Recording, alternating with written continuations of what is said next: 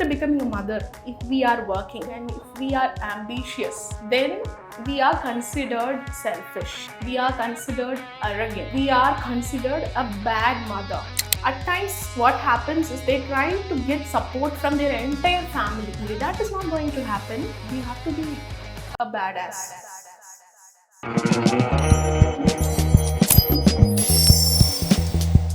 Can you tell us a little bit about your journey with founding Overqualified Housewives and what inspired you to, start working on something like this? So in the country of engineers, I'm an engineer too. So I did my computer science engineering from Anna University, and I have around 8 years of experience in IT. And then maternity happened. Until then, I used to think that maternity break is like vacation, right? 6 months of paid vacation. That was my thought process.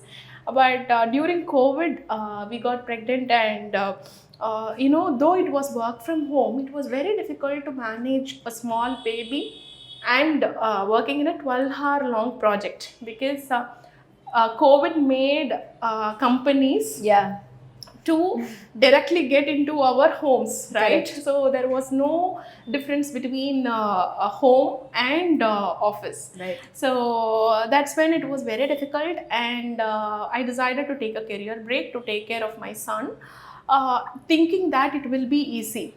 But to my surprise, it was not easy at all. Every single day I used to think that why I studied well, why I taught the classes, why I worked in IT for around 8 years, and what am I doing now? And that's when I started Googling. That's what we do, right? Trying to find some answers in Google, and I did the same thing. And one thing I understood is, Sagarika, if I can have the flexibility of time and place, I'll be able to do what I want to do. So, but I couldn't find a lot of resources or platforms that can provide that. And I saw a lot of women who are like me, who are overqualified housewives, who has a lot of dreams, who studied well, highly qualified and trained at home. So that's how they decided, okay, instead of looking for opportunities, why not create one? So that's how Overqualified Housewives happened. That's great. So just out of curiosity, so during COVID, right, we saw a shift in the work culture from coming to office all the time to kind of working from home and being a bit more flexible. So even during COVID, once you took that maternity break, you still weren't able to find a role that was able to support your needs at that point of time? It was very difficult. Of course, if I had pushed myself, right, I would have been able to do. But with having a small baby of 6 months, I don't have, at that time I was not having any support system, right? No parents to take care of the children because of the child, because my parents are living in our hometown, and leaving a small baby, right, completely to a stranger, a nanny. Though I am in the same house, it was very difficult. So that's why I thought work or my son. I chose my son. Okay, got it. I think the fact that you took the initiative to find something for yourself is actually really great, because I don't think most people would have chosen that direction. They would have just decided to kind of take a break, or maybe may not have realized what they can do. The fact that you took the initiative is actually really great. Thank so you. Kudos to you for doing that. Thank you. So the second question is, why do you believe it's important to empower women to continue working after marriage or taking a break from their careers? I'm sure that you understood the value of it yourself, but is there a reason that you want to share to everybody that you think is important that they get back into it? So this very question means that we are still talking about financial independence of women, right? Correct. Even in the year 2024. And the main thing is, Sagarika, after talking, previously, even education, girl education was a big topic to discuss, right? Sending girl children to school was a difficult task. Correct. Now, girl education has been normalized, right? All the girls are studying, at least in developed states like Tamil Nadu. But still, we have to fight for financial independence. It's not something normal in every household. They associate independence with safety, right? Correct. So that is why See, the main reason for career break or the main reason for not pursuing career after marriage or after their babies is they don't understand the importance of financial independence. I think it is like a protection, right? Life is very uncertain, and we all have. I think that we all should have some identity for ourselves, right? Correct. So I think that's why it's very important to understand, right, that it is important to, according to me, it is very important for women to be financially independent. In my opinion, I want all women. No, I to be completely financially agree with you on independent. that. But for women just like yourself, who've already worked, who understand or who know what it's like to be independent, to have a job of their own, after taking the break, why do you think that kind of takes a step back? Is it because they think that it's going to come in the way of the family or in the way of raising the child, or what is that conflict that happens? Yeah, we have been trained in that way. After becoming a mother, right, if we are working, keep working, and if we are ambitious, then we are considered selfish. We are considered arrogant. Yeah. And we are considered a bad mother, right? So they always, when a guy is pursuing his career, right, of course it's very important to take care of our children, that I would really agree, because we can't leave our child back. Correct. Right? But we should try to create that balance. It is possible. At least we are the generation who are talking about this. Correct. As we are in the initial stages, that's why we have to talk about these things a lot. So I think the main thing is mom guilt. Even women think that if they are leaving their child, it means they are not a good mother, and they think that their children will hate them. Right? A child will never hate their mother, right? So that is the difference. So it is in the mindset of people, which we have to work on. So do you think then that the man or the partner, the male partner or the female partner, whatever, the other partner who's involved in this relationship should step up as well then? Because it can't just be you who's making an effort. And then it must have been your husband as well who kind of supported you through this. Absolutely. So that is why I always say that when you want to get back to the career, for people like me who took a career break, and if they want to come back, at times what happens is they try to get support from their entire family. They want the approval of each and every person in their family. That is not going to happen. They will ask you like, so long you were okay, what happened suddenly? Why do you want to do that, right? That's a very sad question. Yeah, but what I would say is we have to find at least that one person who can support, preferably.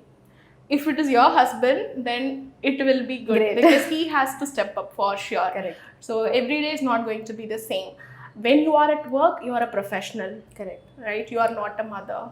So we should know how to distinguish between these two roles, and we should take complete ownership of what we are doing.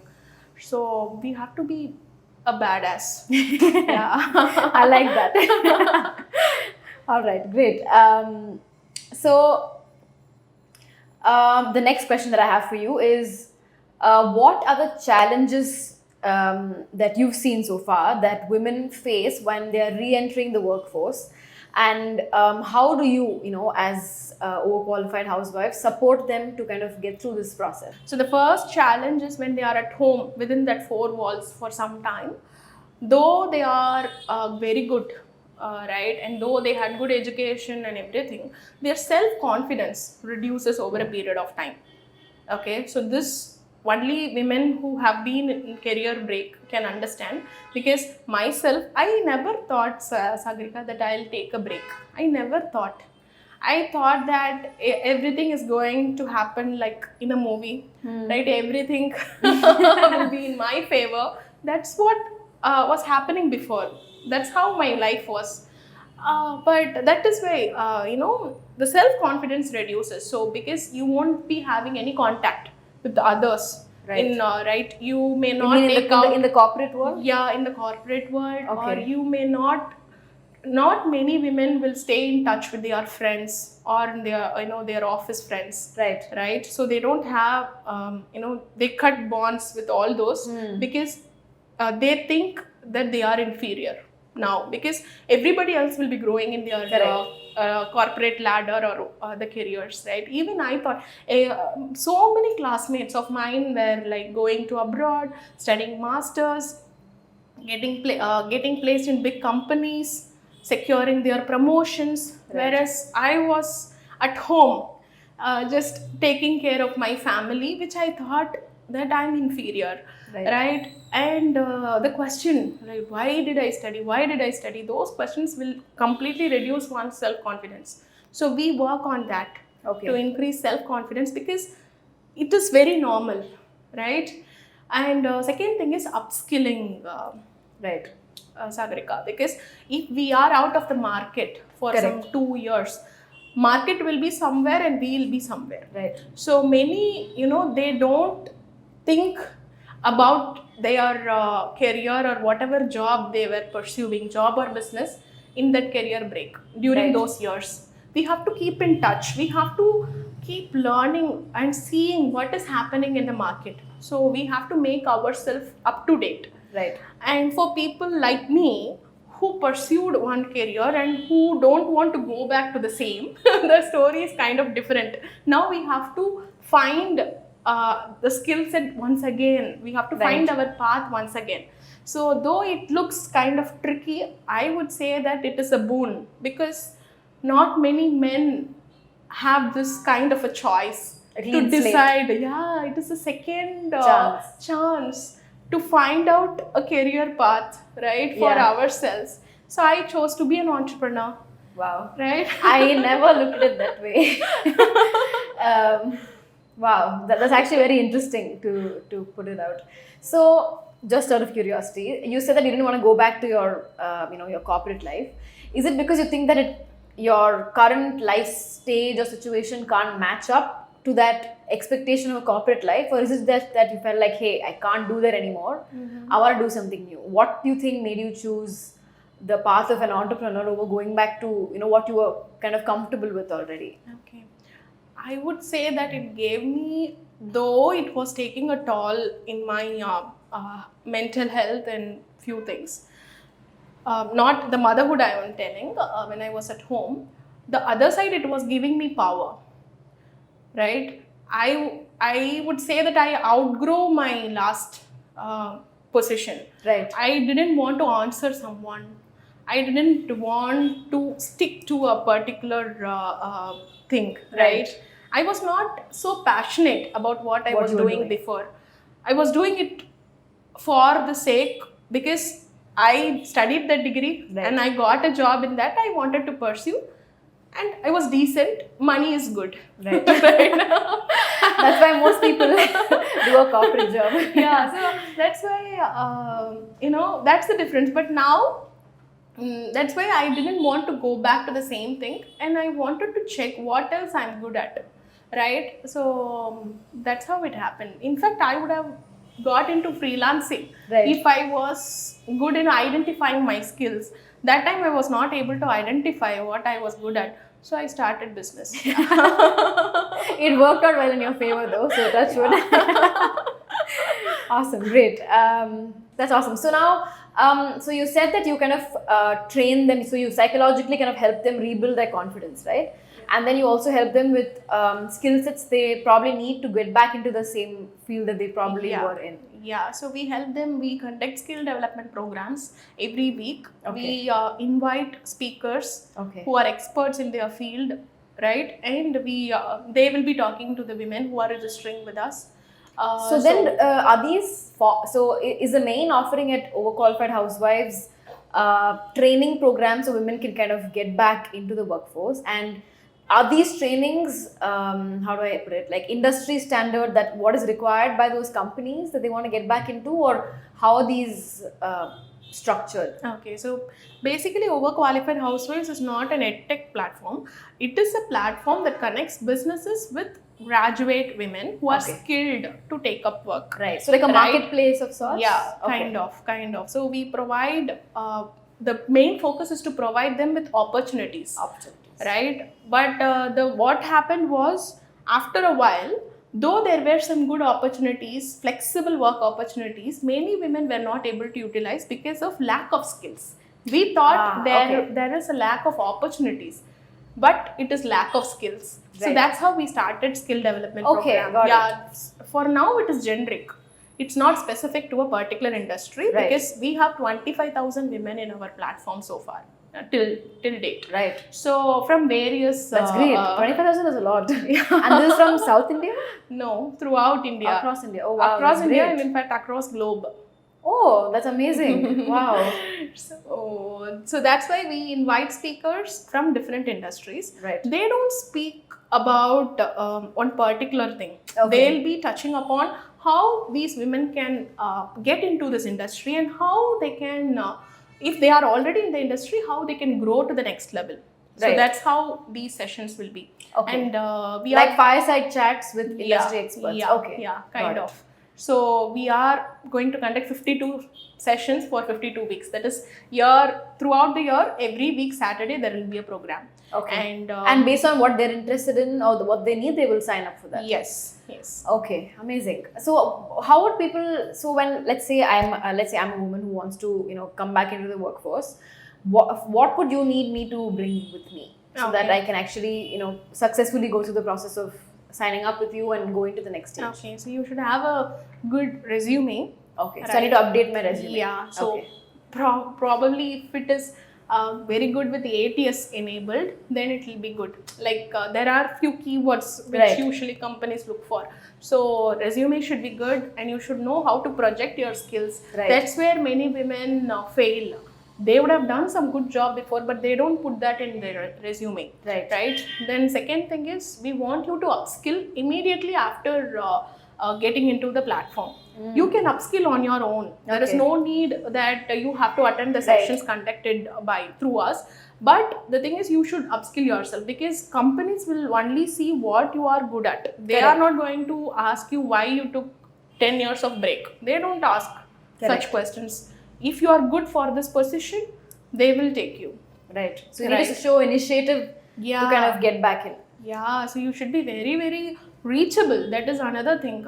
Sagarika, I have to tell, till now, women who are really educated are not signed up, logged in with their Gmail account in their phone. They don't check their emails. When we mail them, they don't check at all. All spam goes into the email, I'm assuming, or how? No, they don't have their email logged in. Email logged in their phone. But they were previously working before. Yes. That's actually very surprising. How come though? I have logged in. I think I finished my engineering by 2014, and from then it's there in my mobile. Right. It's always logged in. I would assume that in today's day and age people would have it. Okay. Even I had assumed a lot of things which was not which were applicable. broken. Which was not applicable to when there is a huge Larger crowd, scale. right? Yeah. So that is what. So it's so important to be reachable. It's so important to get back then and there, and you have to focus on your career, right? If you want to get back. So. But given that you still have a child to look after, are the companies understanding? Do you think that in your success story so far, have the companies been understanding with the fact that you are still a mother, even though you have to do a job and you're a professional at the workplace? Okay. Do they still kind of give you that leeway to still look after the child in whatever way you need to do that? Yeah. Actually, COVID gave us this concept of work from home. They have Correct. normalized this. Correct. Right? So that's why few companies are very open-minded. Right. But there are still a lot of companies who have to work on diversity and inclusion. They talk about diversity and inclusion, but there is a long way to go To bridge that. Yeah. Right. So we are all talking about women who are in the initial entry level work. Correct. Right. We don't talk about women leaderships. We don't talk about people in the boards of the companies. Correct. Right. Decision makers in the top. The percentage is very, very low. I know. I've also read a lot of articles about how it's very sad that above middle management, the number of women who are decision makers is very, very low. Yeah. In fact, I came across a study. It has been published very recently by Claudia Golden, Harvard economist who won her Nobel Prize for economics now. And after studying 134 countries, she came to a conclusion that men, people who aged between 25 to 59, 95% of men between these age groups work, and only 54% of women work in this age group. Okay, Oh. in India, from 2012, the labor force participation of women, which includes both blue collar and white collar, okay, even a sweeper or who is doing some Odd jobs, menial jobs. yeah. So even the women who are educated as well as who are doing some odd jobs are also included in this ratio. In 2012, the ratio was 27.8, and in 2022, it is 23.6. In fact, in the in this time, it has reduced. It has reduced.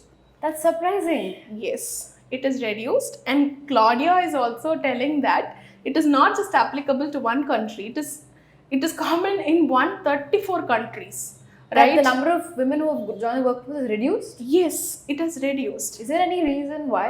It has reduced. I don't know the reason yet, Okay. but yeah, it is something which policy makers has to look, the change makers. So it is not just in the hands of companies alone, right? So it is in the hands of countries. Wow, that's actually very sad to hear that women have maybe taken a step back from being in the workforce. Yeah, it is very difficult to manage everything, Yeah, right? fair. It is not so easy, and with the lack of support system, it will be very, very difficult. So Especially in a country like India, I think Yeah, the it's support system is what kind of doesn't support you enough to kind of take you correct. where you need to be. And one more thing is, India has the highest number of overqualified housewives in the world. That Okay, is you've done women- like a study on this? It is a study done by Business Standard. Oh God. So our women are very well, highly qualified to be a housewife. So what you're doing is actually very, very relevant to what India needs at this point of time. Yeah. Wow, okay. We are This is trying- actually a lot of information for me to digest and process.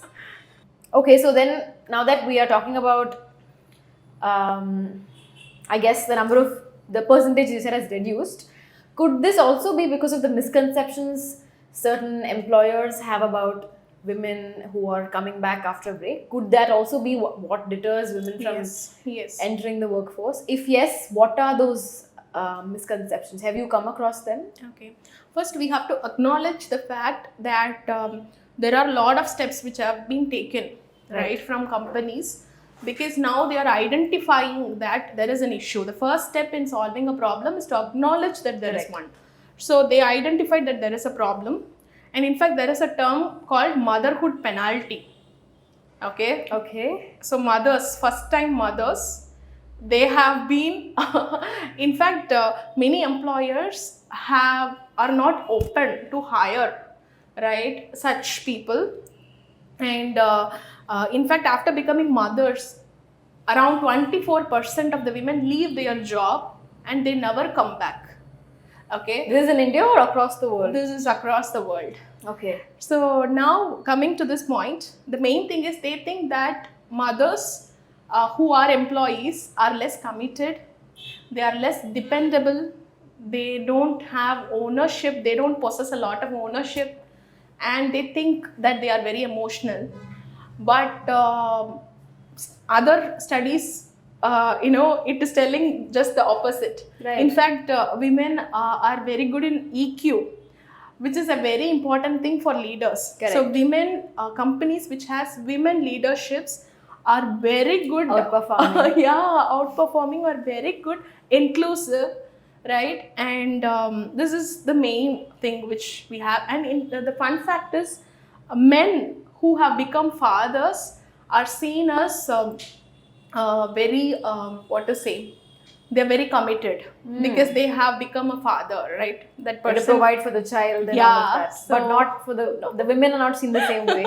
In fact, I am getting a lot of things to say, but anyways, I read somewhere that if you have a picture, okay, if a mother is keeping a picture of her children in the office, right, she'll be perceived as, oh, she is too attached she Right. won't be able to deliver and all those. But if a father is having the picture, right, then he'll be seen as, oh God, what a lovely Oh my man God. he is.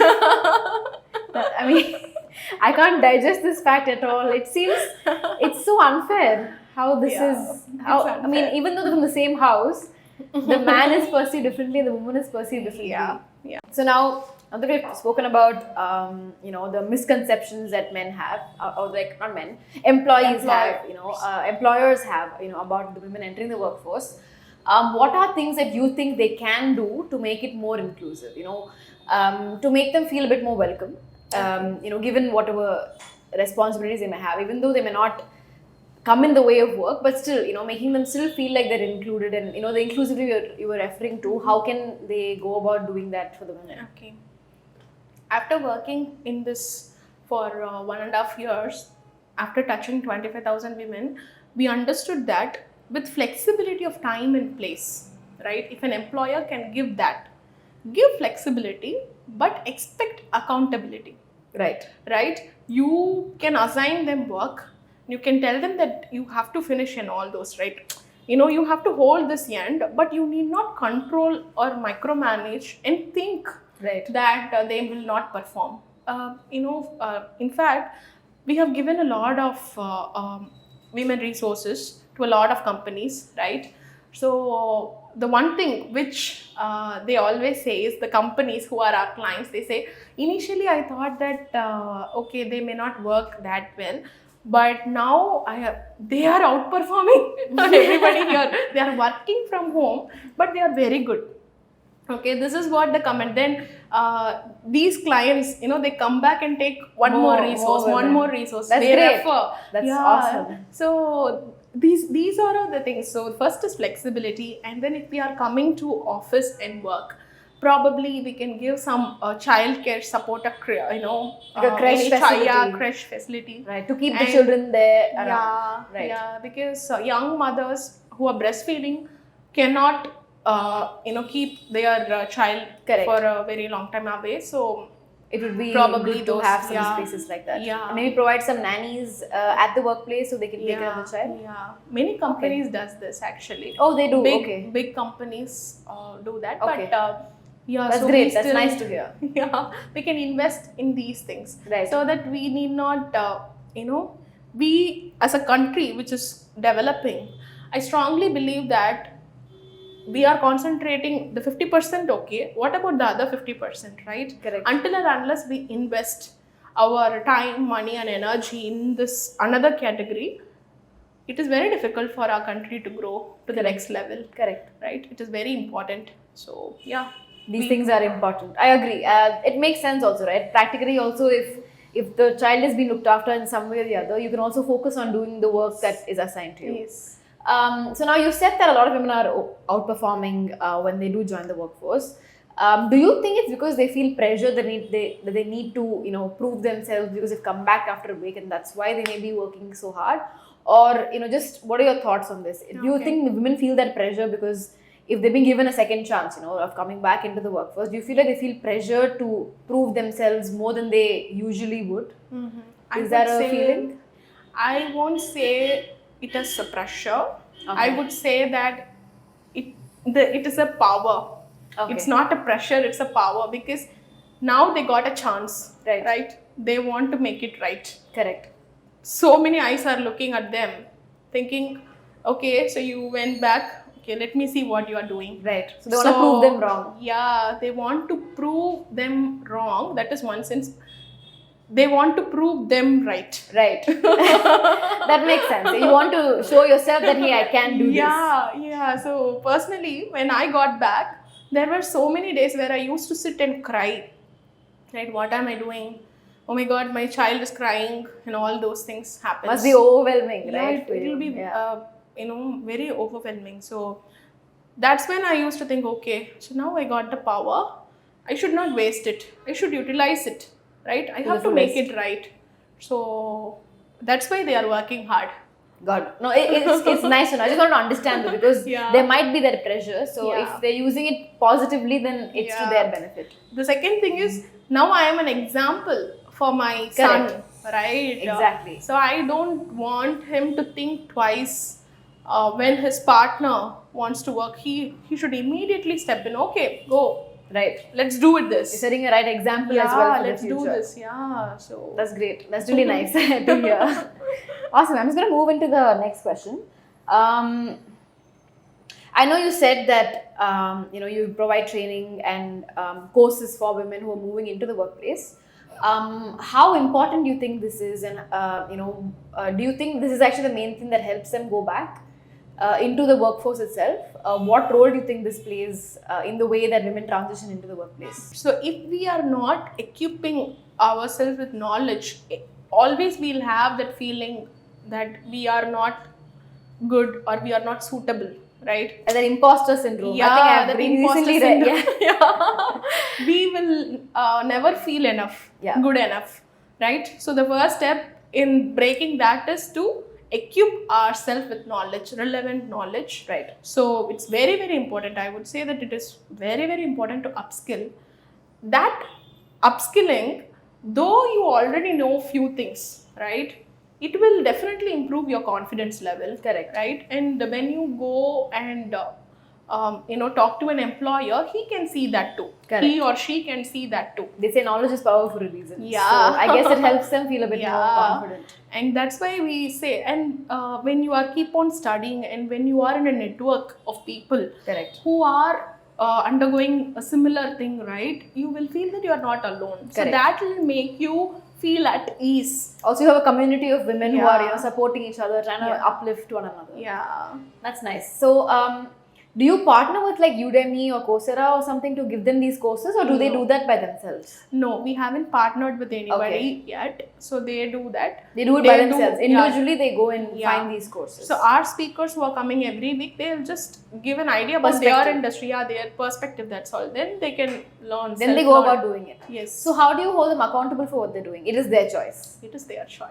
Okay. So there's no real structure. Yeah. This is how you need to do it. Yeah, this is life. Okay. So how do you ensure that they're ready enough to go into that job? That we will have a interview process. They have to You qualify. have an internal interview process? Yes. Okay. How does that work? So suppose as a business, if Vite Money is coming and telling that we want to hire a content writer, so we'll do the first level of screening. Right. So many women apply and we do the first level of screening of all the resumes and we handpick few of the profiles which we feel will be right for that role. Right. So only those profiles. So you have HR professionals Yes. in the company? Okay. Yes, They will have vet. HRs. Yes, they will do that. Okay. And then we will forward the resumes which are good enough to the companies. I'm sure you've had many success stories, at Overqualified Housewives. Do you mind sharing an example of just one person, or maybe one or two people who you've been able to help and who've seen their success story at the company, or and the employer has given you some positive feedback? Can you share a couple of stories? We would love to understand how that works. Sure. There are a lot of stories. In fact, we write their stories. A few women who are really outperforming, right? So we get their stories and we feature them in our social media pages. Okay. Along with their pictures. So one such story is this girl.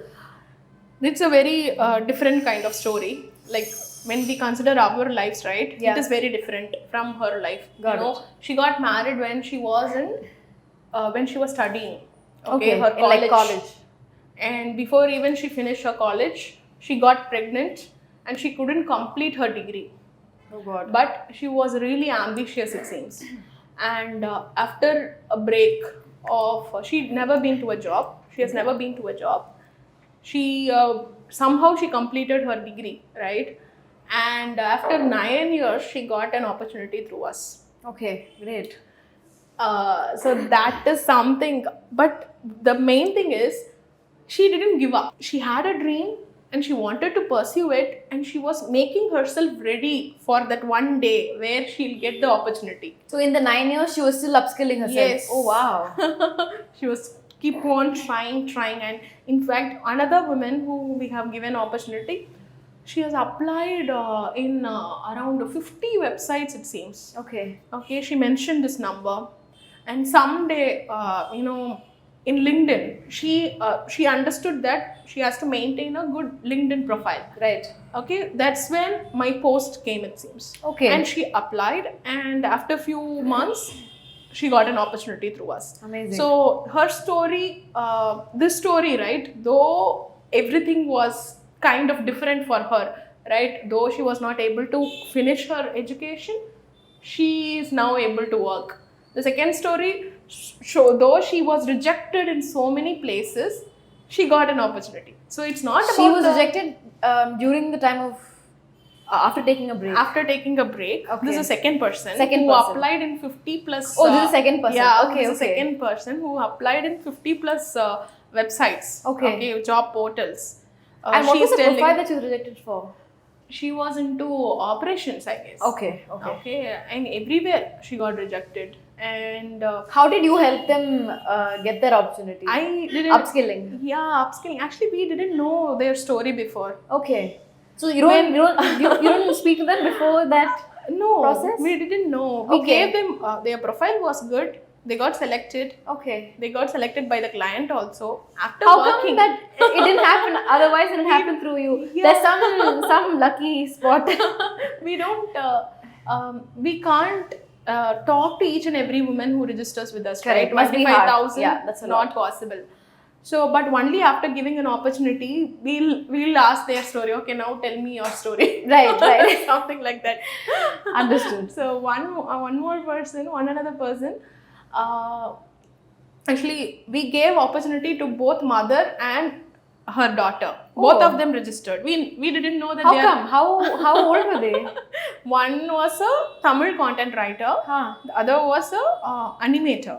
The girl Okay. was The an animator. daughter was okay. And we gave opportunities to both of them. Nice. Then when we heard their story, we came to know they were mother and daughter. Oh.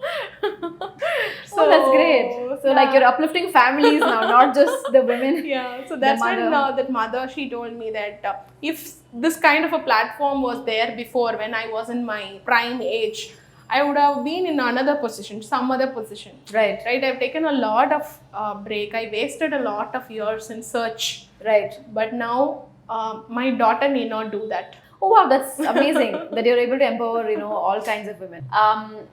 What are your goals for Overqualified Housewives? Where do you see this going? What are your plans for the next, let's say, 5 to 10 years? Okay. So I mentioned about the article, right? Yeah. The business standard article. Yeah. Then I came across another study which said, according to 2021, as of 2021, only 5.4% of graduate urban women are working. 5.4%. In the world? Not in the world, in India. In India, okay. In urban city like Chennai, Mumbai. Only 5.4%? Only 5.4% as of 2024. Oh my god. Okay. These numbers are really scary and sad for me. So that number made me to take up and continue with this, and that's where Overqualified Housewives is going to. So we want to upskill, we want to enable, and we want to give a lot of work options to graduate women, and we want to be a bigger part in the empowerment, the real empowerment of women. So in my lifetime, if I can see the number going up to 54%, then my job is done. My job is done. It's a very big goal. I know it is, but it's such a positive and nice and reassuring goal for women. So I'm so glad that you've taken this upon yourself to kind of influence the women of our country to doing something for themselves, to empower themselves. That's really great. I'm so glad you're doing this. Thank It's you. so nice that I've had a chance to speak with you about this. I think that's all for now. The last thing I want to ask you is, how big is your team size? How are you managing 25,000 women on your platform? Okay. How big is your team? Okay. So whatever we are having in terms of the systems and process, everything is very basic. Okay. Okay. So we are a team of 5 women. Okay, amazing. All overqualified housewives Okay, before. amazing. Now Empowering now other empowering overqualified other, housewives. yes. Amazing. Nice. And the HR people that you mentioned are also part of the team? Yes. Okay, so you hired them as well on board looking at the business model and stuff like that. Our HR is a 3-degree holder. Wow. She has a PhD too. Wow. Okay. So she's the one who's kind of helping you vet these women. Yeah. Amazing. So we don't, as we are a small company, there is no particular role for one person. Right. One person will do a lot of Yeah, work. that's also kind of what we do here. We're also quite small. So in that case, you mentioned you have clients who are these companies, right? So who onboards them? You have like a business development team as well? Yes, we have business development Okay. team. Just like how women are enrolling in our platform, businesses also register. Oh, they can also sign up to be part Yeah, of that. Okay. yeah. And what kind of companies sign up for this? I'm just curious. IT, then Okay. marketing agencies, Okay. then travel and hospitality in industry, then edtech companies, Okay. fintech, a lot of Oh, industries. so all kinds of All companies kinds. are open to doing this. That's Yes. amazing. So that looks positive for Yeah. women out there. Okay, amazing. All right, that's about it from me. Thank you so much for your time.